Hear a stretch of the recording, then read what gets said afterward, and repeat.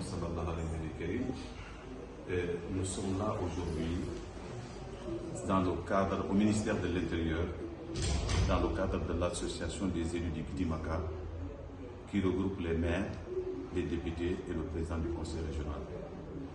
Nous avons rendu visite au ministre de l'Intérieur, de la promotion de la décentralisation et du développement local suite aux inondations qui ont affecté notre région, je peux dire depuis le 10 de ce mois.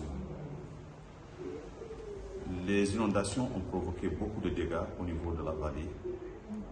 Les écoles sont inondées, les champs avec des milles en maturité, qui sont arrivés à maturité sont détruits.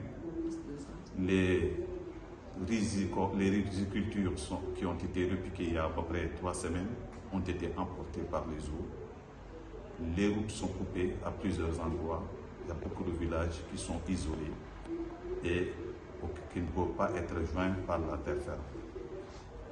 Et les écoles sont fermées et malheureusement aussi encore, beaucoup de gens on les a transférés dans les écoles pour les secourir. Devant cette situation, le gouvernement a pris des actions en faisant d'abord une évaluation des dégâts causés au niveau des populations à travers l'organisation d'une mission qui a été faite par le Wali du Kidimaka et ses services techniques, plus les forces de sécurité. Et depuis hier, le gouverneur et ses équipes sont sur le terrain et ils continuent à sillonner la vallée pour évaluer la situation. Donc nous sommes venus voir le ministre et nous lui avons assuré aussi que nous savons qu'il connaît le problème mieux que nous dans la mesure où il a envoyé des équipes sur le terrain et qu'il donne des informations régulièrement.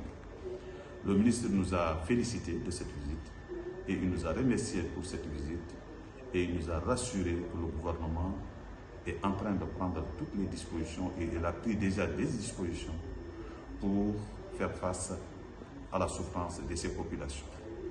Et ces dispositions consisteraient d'abord à ce qu'on appelle sauver des vies, c'est-à-dire fournir de la nourriture, fournir de l'eau, fournir des équipements pour le logement, etc., aux populations. Et dans une autre mesure, il nous a rassuré aussi que le gouvernement s'est réuni en comité interministériel présidé par son Excellence Monsieur le Premier ministre. Et ce comité est constitué de 10 ministres et du CSA plus TASU.